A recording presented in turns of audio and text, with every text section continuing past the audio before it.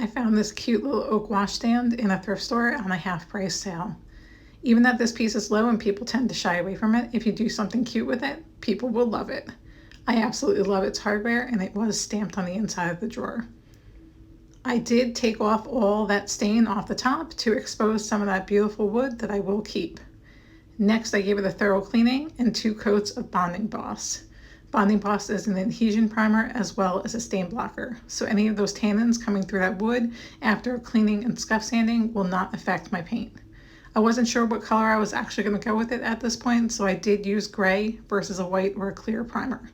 2 even coats, and then 24 hours later, you can go on right in with your paint. This gives you a nice flat surface to start painting on, and sometimes it actually gives me like that blank canvas look, so I can figure out exactly what I want to do. I decided I wanted to use Sunny Daze decoupage paper by Dixie Belle. So the first thing I did is use some water to rip off the places that I didn't want on this paper and cut it in half. I am going to be wrapping it around the corner, but we're only going to do half at a time. So this part that goes on the inside, I'm actually going to be cutting it away and then putting it back onto the piece. So I'm not fighting with all those creases in the paper and making my life a little bit easier. I like to spray the back of my paper lightly with water and then put down my satin clear coat.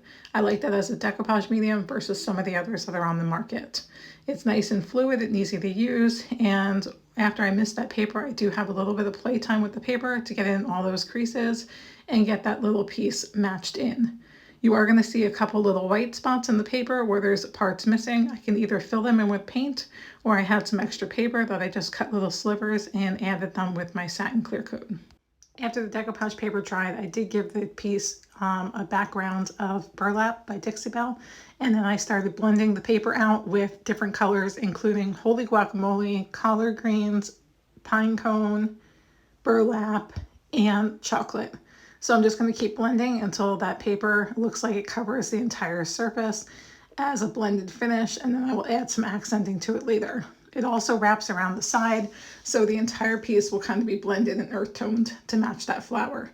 The flower really is the highlight of this piece, so you'll see at the end that it does stick out, and it actually looks like it's painted on. So once you get up close, you can tell that it's paper. From a distance, it actually looks like it's painted. You can see that I just keep taking those colors and blending them until I'm happy with the look. And of course, I filled in any areas that you see a little bit of white left over.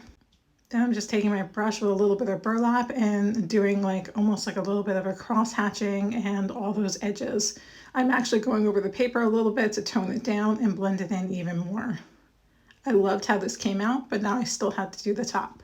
So I got myself some no pain gel stain in walnut and a little bit of Big Mama's butter, which is a hemp-based salve that you can refresh wood. I tinted it with the no pain gel stain and covered that entire top. The piece all together is absolutely adorable, and I can't wait for it to find its new home. The sunflower paper was absolutely amazing on here, especially with the hardware, and I can't wait to see who buys it and puts it in their house. What do you guys think of my sunflower makeover?